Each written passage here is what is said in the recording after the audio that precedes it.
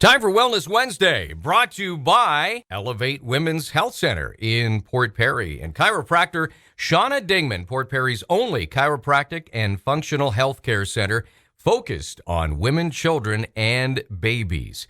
Don't let health concerns hold you back. Dr. Shawna Dingman, chiropractor and functional healthcare practitioner since 2000. We're elevating here on a Wellness Wednesday. Scott Campsall joining us from Makami Kai and Shawna Dingman joining us as well from Elevate Women's Health Center. Good morning. Good morning. Ooh, I like that. That was stereo. That's very cool. I don't know if you guys are practicing that, but I'm very impressed. Yeah, no, it was... We're not even close to each other, and you're such a great conductor. well, yeah, welcome to the world of the pandemic. Everything is done at distance. And how, I guess maybe that's a good way to start off, Shawna. How are things? We've kept in touch throughout the pandemic. Things have obviously changed depending on the color code. And I guess it hasn't really changed as far as your guidelines recently in the last couple of months, has it? No, not at all. Not since last year when the pandemic was first announced and we could only see emergency patients. Once May came, we were allowed to see people. We had to change our protocols in the office to allow for distancing and obviously sanitation. But once that was done, our protocols haven't changed throughout this. The government has been great about just making sure that people have access to healthcare and access to the things that are helping to keep them well. So, no, the office has been busy since then, and it really...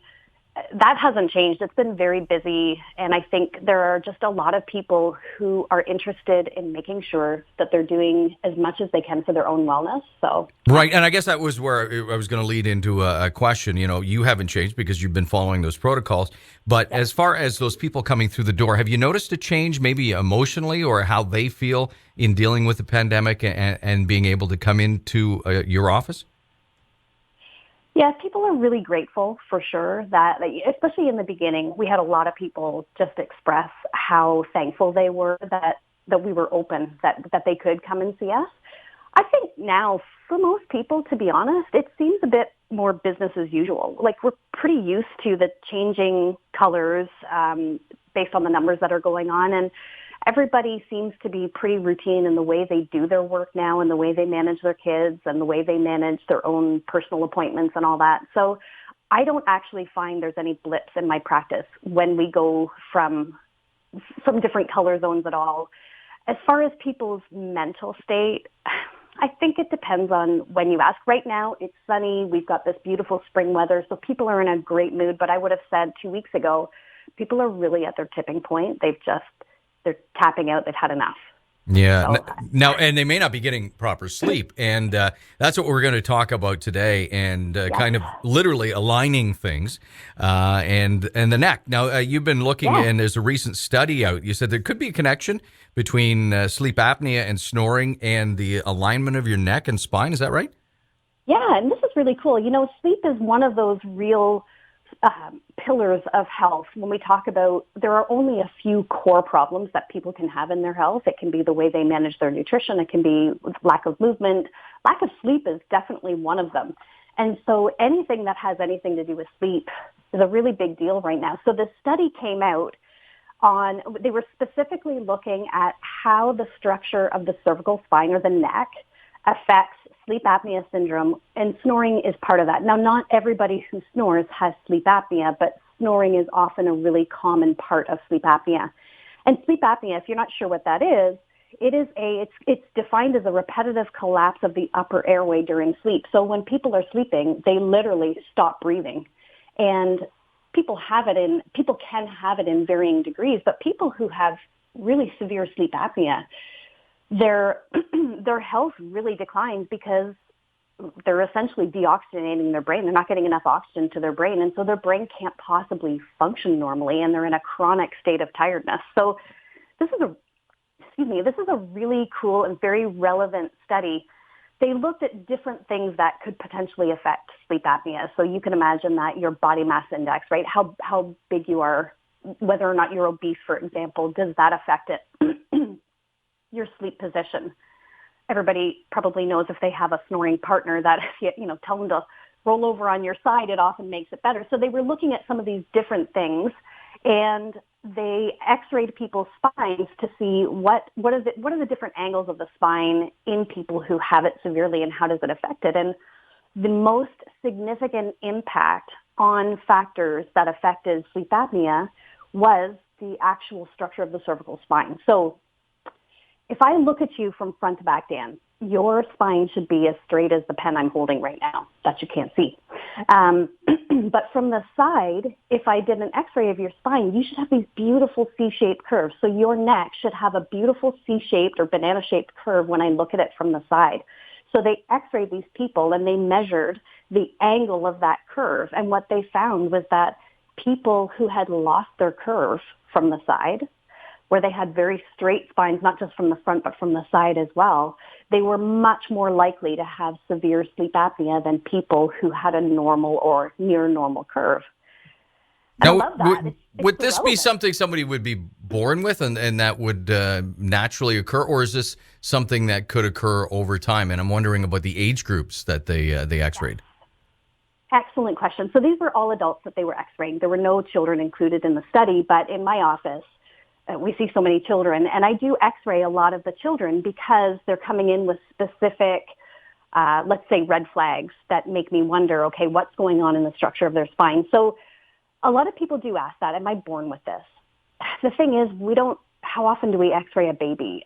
We really don't know what babies are born with, but from what I have seen in the very youngest children that I have x-rayed, they almost, I can't think of an exception, but maybe there are some.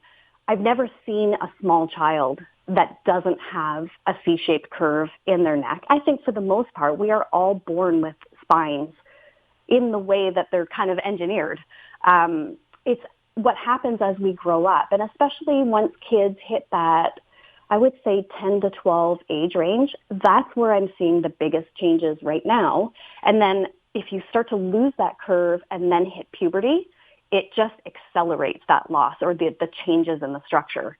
Lots and lots of adults, I would say probably 80% of the adults that I see have significantly lost that natural curve that they're supposed to have in their cervical spine, and it really affects function. I think that's the biggest thing that I'm trying to convey to my patients, but to our listeners, is that spinal hygiene, taking care of your spine, moving lots in different ways, having lots of different kinds of movement and exercise that's balanced. I mean, that's one of the things that I love about karate, Scott, is when we're in the dojo, you're doing things on different sides. You're not favoring one side. Your body has to think with both hemispheres, and that's really good for brain health and for spinal hygiene. But just making sure that our posture is good is what it should be. So teaching people what proper posture is, and I think that's so important for kids right now, especially through this pandemic where they're doing so much learning online. We need to do everything we can to help them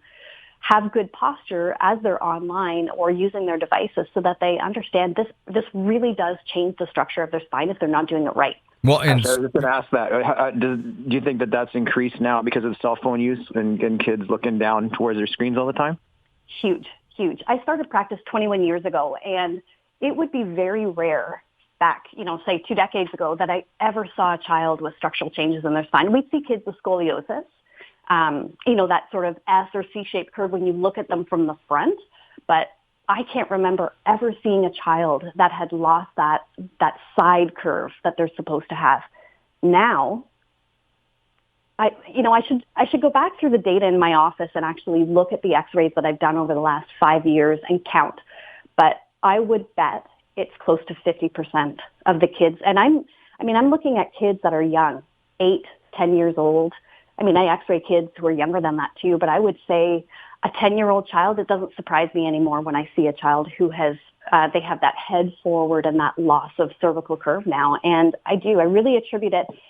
It's not just the device use itself, it's what they're giving up to use the device. So they're in this horrible posture to use the device, but it's also at the expense of not being out playing street hockey or out playing soccer with their friends or playing manhunt or skipping rope or playing hopscotch, all those things that kids used to do that were very healthy for their spines.